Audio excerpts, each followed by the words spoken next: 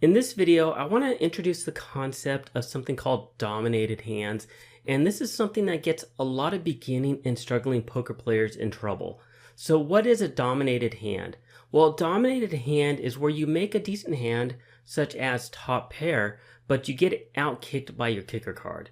So what's an example of that? So let's say that I'm a fun recreational player and I'm new to the game, or I just really haven't worked on my game and I just play for fun.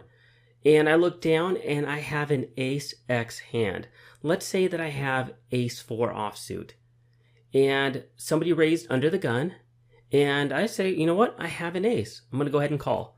I call, I flop top pair. My opponent fires out a continuation, I bet, because I have top pair. Same thing happens on the turn. Same thing happens on the river. I say, you know what? I can't fold. I have top pair.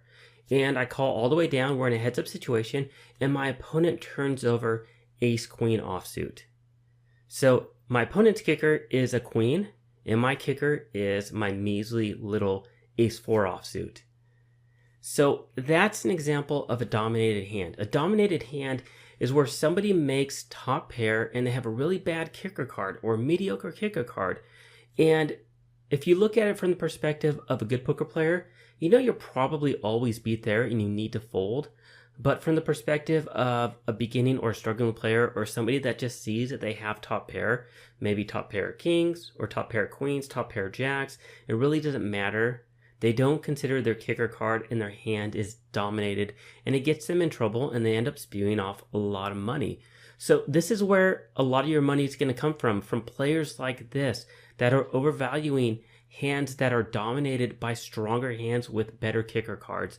And I want you to be aware of this for a couple of reasons.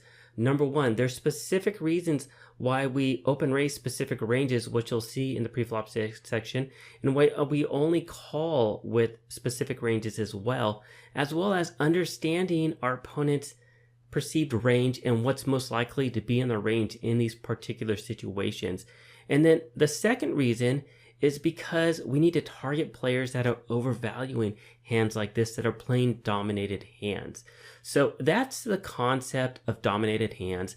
I just wanted to make sure that I introduced it into this section because this is going to be valuable on both of those fronts. When we're looking at it from our perspective, with the ranges that we're playing pre-flop, whether it be a raising range or calling range, and also post-flop as well in regards to how we're playing our hands or if we're able to call or not. And then also from the perspective of the players that we're playing against as well, and seeing if we can extract value and if they are overvaluing mediocre hands that are top pair with a poor kicker that's dominated by our hand.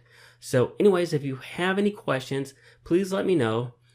Just wanted to introduce this. We're not going to do any sort of examples. You'll actually see this come into play when we get into the pre-flop and post-flop sections. But again, another concept that I think that you should know. So thanks for watching, and I'll see you guys at the next video. Take care.